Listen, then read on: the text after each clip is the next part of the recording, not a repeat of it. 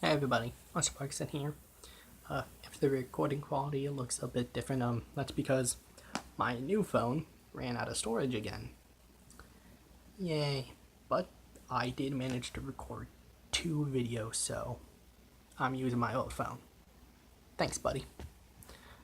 So, anyway, let's talk about Sonic's new appearance in his upcoming movie.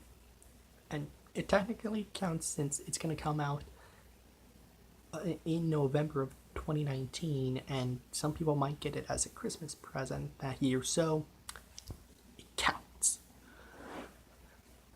Let's talk about some of the things that people have a problem with that I don't really mind. First of all, it being the more muscular legs of. So, yeah, if you can run as fast as the speed of light, you're gonna have some pretty muscular legs.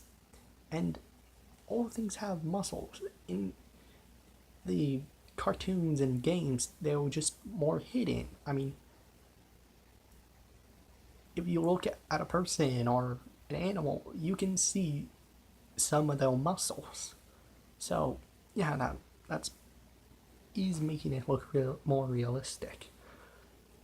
The other thing that people seem to have a problem with are the shoes. While though not the trademark shoes, Sonic's shoes have changed in the past.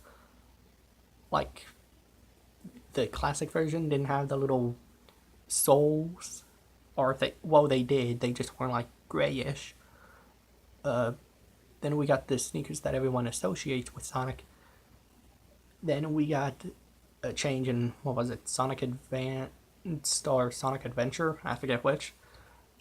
And then we got it changed back, and then Sonic Boom sports tape wrapped around it. So, but if you're gonna be a runner, the most helpful shoes you can wear are running shoes, which these seem to be. Also, people are freaking out about Sonic's eyes. Sony has said that in this movie they are going to get rid of Sonic's traditional mono eye. I didn't know it was called that before I found that out, but okay. And replace it with 2 eyes. They also released a sneak peek picture of it, and if that really is how Sonic's gonna look, I don't have a problem with that, because it does look like something Sega would do if they never gave Sonic that mono eye to begin with. And I can understand why Sega isn't too happy about that, because imagine you have a character, it's been popular, and then someone makes a movie about it and changes one of the most noticeable features of it. You'd be a bit angry too, but it still looks pretty good. Speaking of the eyes, why were people thinking that they would give Sonic more human-like eyes? I mean, look at Space Jam and Who Framed Roger Rabbit and Looney Tunes Back in Action. They don't have human-like. They don't have a realistic-like features. And I know the style is they're supposed to look more like the cartoons. So okay, but moving on. Scooby Doo, in the most recent live-action movies, he looks a lot more cartoonish. But in the first 2 live-action movies, he looked a lot more like a regular Great Dane, because Great Danes don't look anything like Scooby Doo. He was designed to be a more silly version of a Great Dane.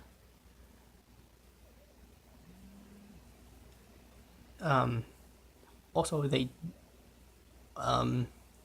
sorry, look at Woody Woodpecker. Red-crowned woodpeckers don't have the same eyes as Woody.